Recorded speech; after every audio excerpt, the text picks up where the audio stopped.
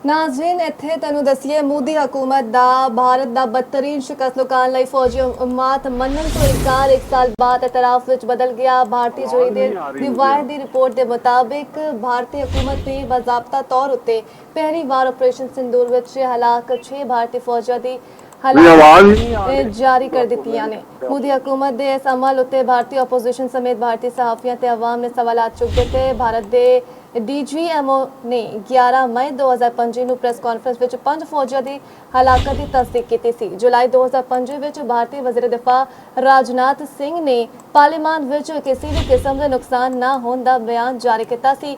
ਭਾਰਤੀ opposition ਜਮਾਤ ਕਾਂਗਰਸ ਨੇ ਸਵਾਲ ਚੁੱਕਿਆ, ਵਜ਼ੀਰ ਦਿਫਾ ਨੇ ਫੌਜੀ ਨੁਕਸਾਨ ਲੁਕਾ ਕੇ ਕੌਮ ਤੋਂ ਝੂਠ ਕਿਉਂ ਬੋਲਿਆ।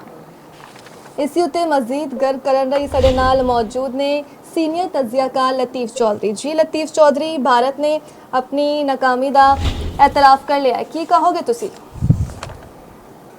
देखो ये तो गल बहुत पहले ही उन्होंने कर लेना चाहिए सी और इंडिया की जी गवर्नमेंट है उन्होंने अपने नुकसानात नूं छुपाने की कोशिश की और अपनी जी लोक सभा है उत्थे भी उन्होंने राजनाथ सिंह ने गलत बयानी की तो बिला आखिर उन्होंने हुण ते तस्लीम करना पै गया।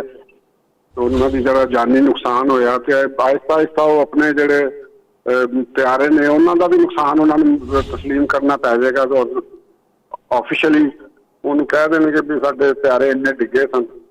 तो एक भी साबित हो गई कि उस जंग दे विच इंडिया जिस तरह का दावा कर रहा सी ऑपरेशन संदूर दे विच BJP की गवर्नमेंट जो तासर देने की कोशिश कर रही थी दुनिया नूं और अपने वोटर्स नूं, वो सारे का सारा गलत हकायक दे उत्ते सी और सारा प्रोपोगंडा सी।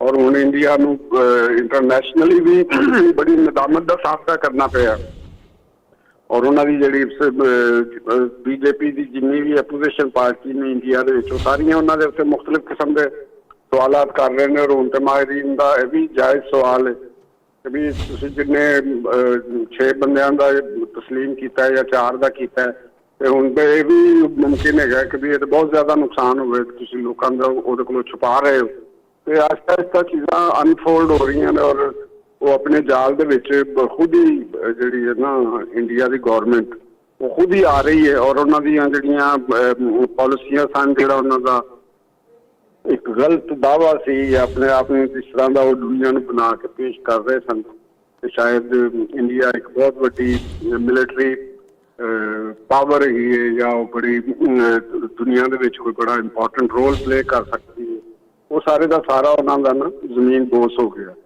तो ये पाकिस्तान का इस हवाले के नाल एक बड़ी एक फिर पाकिस्तान के मौकफ की जी है सच्चाई वो साबित हो गई दुनिया के उत्ते और पाकिस्तान का जड़ा वो इंटरनेशनली एक बुलंद होया है। बुलंद इस वास्ते है वकार के एक तो जंग असी जीती है, पाकिस्तान ने उस जंग नूं विन किया और उसका सबूत है कि इंडिया ने अपने नुकसानात नूं तस्लीम करना शुरू कर दिता जिहड़े कि वो पहले बिल्कुल नहीं करते। तुसीं देखना आने वाले टाइम दे विच वो अपने राफाल जोड़े प्यारे ने वो भी उन्होंने तस्लीम करने पैणगे क्योंकि ज़्यादा देर तक तुसी ये चीज़ों को छुपा नहीं सकते।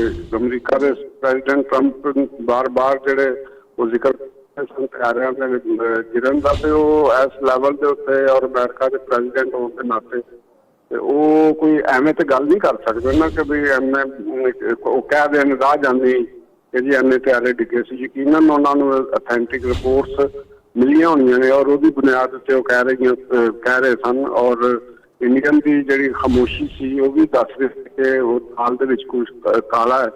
तो क्योंकि उसे इंडिया के रियासती एक्शन सन हुण BJP क्योंकि तो निकल गई है उस सूरत हाल दे विच तो आहिस्ता आहिस्ता वो इस दबाव दे विच निकलेगी तस्लीम करते जाएंगे ताकि वक्त बाद किसी होर एंगल के नाल सेफ साइड जी जी।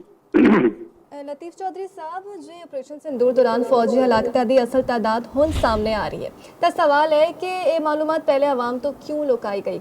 भारत की चाहता सी शर्मिंदगी तो बचना चाहता सी क्योंकि हुण ते भारत कोल कुछ रह ही नहीं गया।